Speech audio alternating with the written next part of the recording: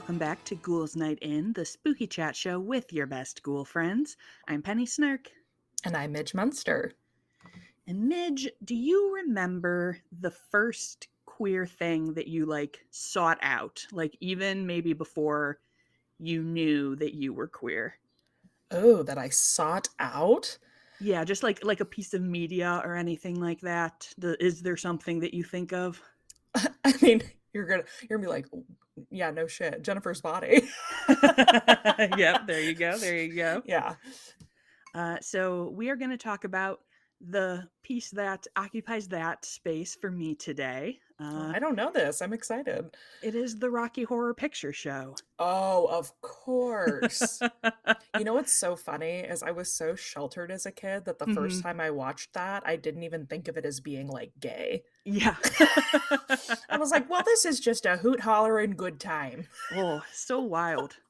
Yeah, I don't remember what first spurred me to do this. Like I assume I saw a reference to it in a book probably that I Hmm. read, but I went and I checked out the Rocky Horror Picture Show from my local library and I set myself up Amazing. in the family room by myself and watched it and was just whisked away to this, bizarre world. And even though I would not say that watching it alone at your house is like the ideal Rocky The Horror prime experience, experience. um, it just I just remember like just being like fascinated by it and like not really understanding why and just being like, I oh, would definitely second that. I watched it for the first time at a cast party nice. in high school, my freshman year of high Hmm. school, and I remember just being like, "What is this?" Right. Yes. And so when I got to college, one of the first things that I saw my freshman year was that they were casting a shadow cast for Oh my Rocky Horror on gosh, campus, fun. and I cannot. I feel like today this makes a lot of sense, but I just can't tell our listeners how like out of character this was for That's like I'm like, "Are you little about to tell baby me you were in a Penny. shadow cast of Rocky Horror?" Yeah, I went out for the shadow cast and I played Riff Raff in a Rocky Horror Shadowcast my freshman year. My That's the first, most bisexual thing I've ever yep, yep. My it was, and it was so weird. And like at that time, I didn't. I was like, so we don't have to get too deep into this, but I spent a or we lot of my could. college experience being like convincing myself that I wasn't queer and that I just Sure. really wanted to be for like I was, of course, like I people have probably seen this day where I'm like, well, I just feel really at home in that I community just love the and culture. I'm just like and I was like I like felt bad about it. Like I was like I'm trying to like appropriate queer culture Yeah. Well, and and I think a lot of very specifically, I mean, not that it's unique to our experience, but bisexual people, I think, mhm, inherently experience that because our piece of the LGBTQ community is so invalidated, even by yeah. our own community, so frequently, Mhm. that we feel like we don't belong in straight spaces, but we don't belong in queer spaces either. So I think that's Yes. super, super valid. But yeah, it was a wild experience for me. I loved it. I was super into it. I just remember like hanging out with like all of the other like people in the cast who like mostly like more upperclassmen and a mix of stuff and I was just like these people are so cool. This is Yeah, the well, and coolest probably the thing that I've first time ever you were, done. like, fully enmeshed with other queer people. Mhm. Yeah. Yeah, that's so special, and also, if there are photos of you as Riff Raff, I'm gonna need to see them immediately after we're done recording. Yeah, I will try and find it. I know there is at least one photo. I think it's on Facebook, so I will Oh have my to try and god. find it, and if I can find it, I will share it. That was But my one of my first, weird, like, when I describe my taste in men to people, Bailey, if you're listening, you're about to crack up because I had this discussion with her, um, where, like, I have 2 types of men that I'm interested in, and one of them is just, like, looks like a haunted Victorian butler, yes. and the first time I saw Riff Raff, I was like, "I'm in trouble." Ooh, I am intrigued. All right, so that's my personal connection to Rocky Horror. So it has a very special place in my heart. But let's jump in. Let's talk about it. Let's do it. So we usually do like a little bit of plot summary on these episodes where we talk about like movies. I would say the plot is very secondary to the I was gonna Rocky say, what Horror plot? Yeah. experience, but just as a general overview, if anyone is unfamiliar, the movie is about a prim and proper 1950s type couple, Brad and Janet, whose car breaks down on a stormy night. They try to take shelter at a nearby castle, which turns out to just be filled with horny, gay, gender fuckery, and shenanigans ensue, is what I would say about Rocky Horror. Are we allowed to title episodes "Horny Gay Gender Fuckery"? Will Podbean allow that? We'd have to censor at least one of those, potentially two, but we'll see. We'll see. Um, so this movie came out in 1975, and I will just put it out there. It uses terms that we don't use Mhm. today, but there's definitely a reason. You know, it's unapologetic. Queerness speaks to people across time, and if any of those terms come up, we're just speaking in reference to the film. There you go. But we'll rewind a little bit further to 1973. So the Rocky Horror Show, No Picture, was created by Richard O'Brien, who does play Riff Raff in the film, Yeah. and director Jim Sharman. They met when Richard was playing King Herod in a production of Jesus Christ Superstar that Sharman was directing in London, which is very cool, Yes. I think. So the show debuted in London in August of 1973. It came to theaters in LA and New York City in 1974, and then did eventually play Broadway in 1975. And I know we love original unused names around here. Do you know what the play was originally called, Midge? Oh,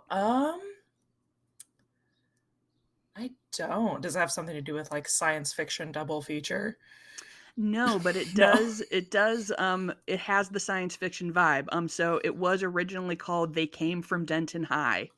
And Oh. apparently they changed it like right before the show went into previews, and I understand why, but I do really love like the original title very clearly highlights that the inspiration behind the show is like horror B movies, old sci-fi, Yeah. schlock, and I feel like the more that I get into like horror and specifically vintage horror, I get like even more out of this movie because Yeah. like I said, I mean I saw this when I was younger and just did not have a lot of that context for a lot of like what these films are. So there are a lot of references that I definitely did not get when Right. I was first seeing this.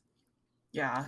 It's and it well, and even just the absence of plot really in Yes. it is such a throwback to, like, B films, hmm which I think it makes it a lot more fun when you have context. Yes, and as you just obliquely referenced, the opening number, Science Fiction, calls out a ton of those classic movies. Mhm. So dropping in a fun fact for anyone who doesn't know that those famous lips are Patricia Quinn, who plays Magenta, and she actually sang the song in the stage show and was apparently really pissed that they took it away for the movie. In the film, the opening kind of credits scene, it is sung by Richard O'Brien. Yeah, that's annoying. Yeah, I would be mad too because it's a good song. Yeah. Well, and, like, you're gonna use my mouth, but not my voice. Right. Yeah. So I love Rocky Horror very deeply calls back to what you and I have already discussed on this podcast is a very campy, queer coded genre and just really kind of takes any of that subtext and makes it very textual Brings and it right out front, brings it yeah. right out to the front. And it is kind of funny to me that it did start as a stage show since it just seems like it's a movie, it's kind of a movie send up, so it makes sense that it would be a movie. Um, Right. but apparently, I was not the only one who thought so because they started filming the movie in October of 1974, so it moved very quickly They immediately from said, "The screen from needs to the see stage to the this." screen. Yes. So the movie was filmed at Oakley Court, which was a country house that was built in 1859. And speaking of references that I did not know at the time, obviously you can tell that it's like a scary house. Mhm. Based on the things that Midge told us about in her haunted house architecture episode. But this house was actually the home of Hammer Films, the Oh production my studio, gosh. and it was the set of several early Hammer films. I've never known that. That's so Yep. cool. Yep. So it has a very deep kind of schlock horror connection. Today, it is a luxury hotel with, I will say from their website, a very unrocky horror vibe, but still very cool. A beautiful home. So congrats to them. Because when they were filming there, it was super gross and falling apart. Apparently, they didn't have working heat or bathrooms there, Oh god. and they were filming this in October through December. And Oh, like, I know it's casual. not as cold in the UK, but that's still pretty cold to not Well, have and the like. UK is just, like, damp too, which I feel Mhm. like makes everything feel worse. Yes, very true. Most of the cast came over from the original stage production, but the studio was like, you know what is going to make people in America want to see this if there are some Americans in this movie. So Yeah. they were forced to cast Americans as Brad and Janet. So Barry Bostwick and Susan Well, Sarandon joined the cast and at that time. don't forget Meatloaf. Yes, and of course Meatloaf. That's what's really gonna get Americans to wanna see People it. love the meatloaf. Apparently, Susan Sarandon got pneumonia while she was filming this and was super sick. And just once again, like the quotes that I saw about this were people being like, she had a fever and was shaking, but look at how she went on. She was a great actor. And I'm like, can we just not like abuse people on movie sets? Yeah, can we not Like, normalize people almost dying for media? right? Like, just let the woman rest. Don't put her in a swimming pool when she has pneumonia. Um, No? no, no, Hmm. I don't approve. Uh, so the movie came out in London in August of 1975. It premiered in LA in September, and it then proceeded to like flop in like 8 other cities and just generally like not be popular. Like the stage show had been fairly popular in definitely in London and LA. It flopped on Broadway, but people were like, "Oh, I don't know about this." And I guess so this is something that I actually never knew and was kind of like mind blown by when I was looking at this. So the original movie poster is like Frankenfurter in his sexy best. Mhm. And when they re-released the like poster that has the lips on it, and that was actually released as a Jaws parody poster. Uh, Which like I never knew. So the, like, original poster, like, this is, like, what you see generally as, like, the cover of, like, a DVD or whatever. right. It was, the lips, and then underneath it said, "A different set of Jaws." That's hilarious. Isn't that amazing? Like, I love that, and I was like, "I did not ever know that." So, there's No. a new fun maybe everyone else knew that, and they'll be like, what a fake fan." But there you go. So obviously, we all know that Rocky Horror really came into its own with like a cult following. That we got to the midnight showings and like audience interaction version that we know today. Do you know how? Do you want to guess how long it took for that to happen? Oh, I'm gonna guess, like, 10 years. It took like 2 seconds. Oh. So this was also shocking to me. I was like, oh well, surely like this kind of went under, didn't do well, and like people brought it back. So midnight movies were already a thing at the Mhm. time. There were popular showings of John Waters' Pink Flamingos Hell yeah. and Reefer Madness. Which which a fun fact about my first experience with Rocky Horror, I watched those 2 films in the same night for the first time. Hey, there It you was a go. wild ride into depravity, You were, and man, girl, you went straight for it. You I went really all the did. way in. I was sitting on, like, a little straight bus, and then I just got thrown into the queer street. Incredible. But yeah, so a 20th Century Fox exec was like, "Hey, maybe we could make money showing this movie at midnight." It premiered at a midnight showing in New York on April Fool's Day of 1976. Oh, So it fun. came out in the US in September 75, and in April 76 is when it first started showing midnight. Wow. Um, So I according guess they were like, "Hey, this almost flopped. What can we do to save this?" right? Which, like, I feel like people Smart. just do not do in general. Like, usually when your movie's flopping, you're like, "Oh, well, I guess that's that." Yeah, on to the So, next. heads off to that guy. So according to the book Midnight Movies, it was only 5 months into that screening that regular audience members started, like, talking back to the screen, And and bringing the rest toast. is history. So people dressed up for the Halloween screening that they had. The first shadow cast was in New York City as well. Actually, I'm sorry, I should have explained that in the beginning for people who aren't familiar.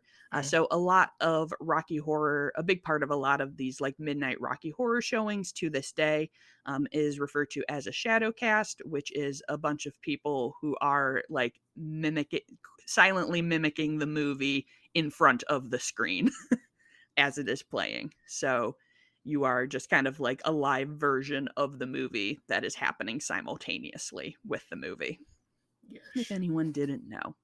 But yeah, by 1978, the movie was at over 50 locations, playing mostly Friday, Saturday midnights. And then in 1979, it was in 230 cities. It is the longest continuously running movie of all time because it was never actually removed from theaters since 1975. Wow. And there are still regular showings with dress up and shadow cast to this day. Um, Thanks, Alamo Drafthouse. there you go. Have you gone to live shows of this I Midge have now? actually never been to a live show, and I've Oh always wanted to. man. And our Alamo Drafthouse used to do them a lot, and it closed down. So we don't have. I don't know where there are Shadowcast showings here now. Mhm. I know we have one group that like does it at Halloween every year. Yeah. But I don't know of other places that I can go experience this. Well, you'll have to come up to Milwaukee, Mitch. Oh no, I hate Milwaukee. We don't have any fun when I go there. No, never. Yes, I think there's still we still do monthly midnight showings in Oh my gosh. Milwaukee. That surprises Um, me none percent no. because Milwaukee just likes to be outlandish and I love We them for are. it. Yes. Fun side fact, Trixie Mattel was part of the Milwaukee Shadowcast Oh my in her gosh. early days, before fame. The Milwaukee Shadowcast is called Sensual Daydreams. Shout out to them. They're very good. Was she in drag? Was she Janet? I think she played Rocky. Oh, amazing. So yeah, Amazing. pretty cool. So as you can tell by everything about it, Rocky Horror was very popular with weirdos from the beginning. It has messages of sexual liberation and gender experimentation that have made it popular in the queer community. So when you look at this movie, you can definitely see a lot of glam rock kind of illusions, and Yeah. that was also kind of a major inspiration for Richard O'Brien, who actually has said that like he didn't intend for it to be like just like so much about like transness, and was kind of like, oh yeah, that kind of came out. And he does today identify as trans, specifically as third gender, Hmm, but didn't did know. not at the time of this, and was kind of like, when you look back at something you made and you're like, ooh, You're like, wow, that really came out there, ah, didn't it? I see, there that was. There it was. I didn't So mean for this to be explicitly trans. Lead right. character is a trans femme person. Yep. So something else that was very cool that I learned doing this is that the makeup designs for the characters were created by Pierre LaRoche, who is kind of Oh. a forgotten hero of the glam rock scene. He worked with David Bowie on creating the Mhm. Ziggy Stardust persona, and he is the one who Yeah. did the iconic lightning bolt makeup for Aladdin Sane. And after that, worked with Mick Jagger and a bunch of other, rockers of the 70s. So, very cool person. And Sue Blaine was the costume designer for the stage show as well as the movie. Some of the costumes carried directly over. And she said in interviews that she just didn't know anything about sci fi and just didn't do any research, which, like, Cool. It turned out to be a sleigh, so I can't blame her for it. Unapologetic queen. Yep. Um, and people do give credit to Rocky Horror for popularizing some of what would become, punk fashion, the ripped fishnets and things like that. So very much a movie with an iconic look, I would Oh, say, yeah, that absolutely. definitely like is instantly recognizable when you see people kind of dressing up in that vein. So Rocky Horror's lasting pop cultural impacts, it's been referenced in shows from The Simpsons to The Drew Carey Show, American Dad. It is in, so I don't know, I haven't seen it, so I don't know, but apparently it's in Halloween 2. Hmm, I guess I assume there's a screening or someone mentions Rocky Horror. Um, there is, of course, the infamous Glee version of Rocky Horror from unfortunately. 2010. And then there was also a live TV musical version in 2016, which had Laverne Cox in the role of Frankenfurter. There have been just a bunch of different tours and productions of the stage show. I will say, notably, the 2000 Broadway revival features a lot of people that Broadway girlies will appreciate, including Raul Esparza as Riff Raff and Leah Delaria as Eddie slash Dr. Scott. Definitely had that cast album on my iPod back in the day. I'm pretty loyal to the original version, but I do like that the Broadway revival cast recording is very good. Also, Penny, I'm disappointed in you for not saying Dr. Scott. Dr. Scott, That's the way you Bull- have to say it. Bullwinkle. I can't watch this movie without like all of the different callbacks in my head now after Well, having sure. done like, been in a shadow cast. So we like were sitting there and they would have like group settings where you just got together to watch the movie and like practice yelling things. So, how many, like, were you doing this weekly? No, so it was just a Halloween show. Oh, So okay, okay. yeah, so we like prepped all through fall semester, and then it was like a Halloween season event. So we I did gotcha. a screening at good old Beloit College. Nice. Okay. Yes. So I know we kind of alluded to the queerness of Frankenstein in our last episode. But I Boy, just that's gonna play really well into next week's episode. and you really see just like the concept of how gay the idea of making an ideal man is in this Mhm. movie, which I love. Definitely parodies a lot of those kind of 1950s romance and sexuality views where you've got, Brad and Janet, and of course Eddie, representing the 1950s and kind of this conservative vibe, and how good it is to release yourself from that, and explore your bi pan multi anything gender nonsense. And I still very Your much they them mayhem. yes, they them mayhem, love it. And I will say that I wanted to watch this last night while I was prepping this episode, and I think it's extremely homophobic that no one has it streaming for free right now. In None of Pride my Month?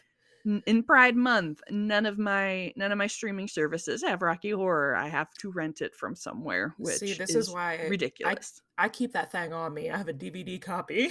I don't have a DVD player. I might have it on DVD somewhere, but I don't actually have a DVD player right now. Yeah, So, well, I made Taylor hold on to our Xbox just for that oh, purpose. yep, yep, that's Yeah. smart.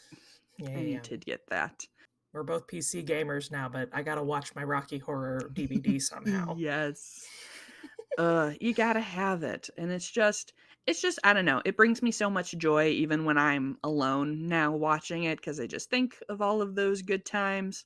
I did once go on a date to see a Rocky Horror midnight Amazing. screening, uh, which was the first one that I'd ever been to. So that was in Milwaukee, and that was the first one I'd been to with throwing things. We were not allowed to throw things at college.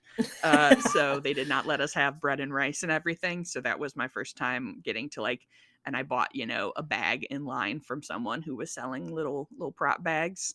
Oh my god, So fun. also an extremely good scenario. Hilariously, someone took my mom on a first date to see Rocky Horror, and she is not a Rocky Horror type, so that is like It's eternal not family for Mama lore Snark. that this guy Fam was just like, "Ooh, you know who would like this? Mama Snark." And it's like, s "No, no, I Snot don't think Snark so." family lore. So I like I said, I've never been to a live Yeah. show. So when do you throw the toast? Oh, when they say a toast on screen, Ah, and sure, then sure, sure, sure, everyone sure. throws toast at it, and you throw rice during the wedding scene, and there's generally, I think there's like party poppers and stuff, so there's I all just sorts of things going on there. our friend Bailey Cromwell Witch on Instagram, she works for like a entertainment venue Mm, that did a live production, and I just knew she was making like thousands of pieces of toast. yes, She incredible. would post Instagram stories of her just in like toast purgatory, More prepping all the toast. bread for the performances. So that's now like my most recent brain association with Rocky Horror is just seeing Bailey endlessly Really making making endless amounts toast. of toast. Yeah. Oh man, I love that. Yeah. This is just it's just a movie that has a very soft place in my heart. I think about it when I think about kind of like experiencing queerness for the first time Yeah. and kind of having a space to experiment with that.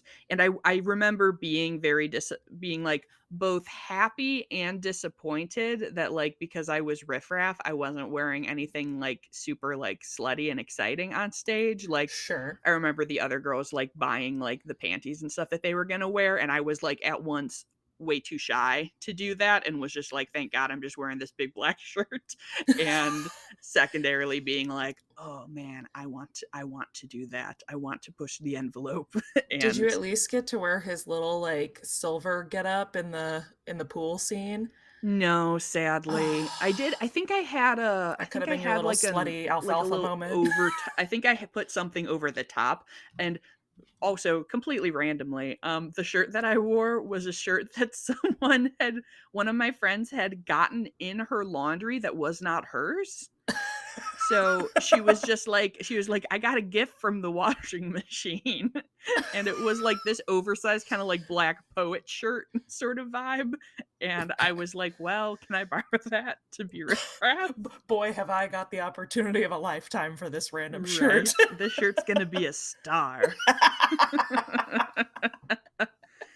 Oh, That's good awesome. times. Well, I would love it if any of our listeners wanted to share any of their Rocky Horror memories, if they've been to live showings, if they've just watched it at home and enjoyed the wackiness. Please do tell me. I would love to hear about it. And if you have not seen it, either at home or live, I highly recommend checking out either of those options. It is just a good old queer time, and even I wish I could tell you to watch it on X insert streaming service here, but sadly, it is available for rent for pretty much anywhere, or of Come to course, Midge's house yeah, and watch it on go to DVD. Midge's house. Ask Midge to put on her DVD, and we'll all watch Rocky Horror. Or if you were listening to this and you're from my area and you know where they do a live showing, let me know. If you want to take me on a Yes. if you want to take me on a Rocky Horror date, unlike Mama Snark, I will enjoy it. Yes. That is definitely up Midge's alley. All right. Well, that was our show for this week. Another Pride Month show on the books. Woot woot. So, if you enjoyed this show, we would love it so much if you wouldn't mind taking the time to leave a rating or review on your podcast app of choice. We are a baby podcast, and it really helps us out to get reviews that help people know that they should check us out too. And I do believe we have a review to share today. We sure do. And this one is from Eleanor Jane, titled Hands Down My Favorite Podcast, which is Oh, so nice. hmm, It's like so weird to hear someone say that. Like, I know that yeah. that's what the reviews mean, that you guys like it, but it's like, wow, we're someone's favorite podcast. That's so cool. Anyway, this is a 5-star review that says, "Thank the gods for Midge and Penny. Hey. Every week, their carefully researched and crafted show fills the airwaves with history, oddities, and lots of creepy miscellanea. It's like a humanities lesson without the homework. If you have a wonder oh, I can't read today. If you have a wonder for the mysterious and obscure, then Ghouls Night In is the podcast for you. Thank you, Ghouls. You do it so very well. Thanks, Oh, Eleanor. thank you, Eleanor. We appreciate that. All right. If you want to stick around and see what we're up to and potentially see a picture of me as Riffraff, if I can find it, Hopefully. you can follow us at Ghouls Night in Pod on Instagram. And you can find me at Penny Snark on Instagram and also other places.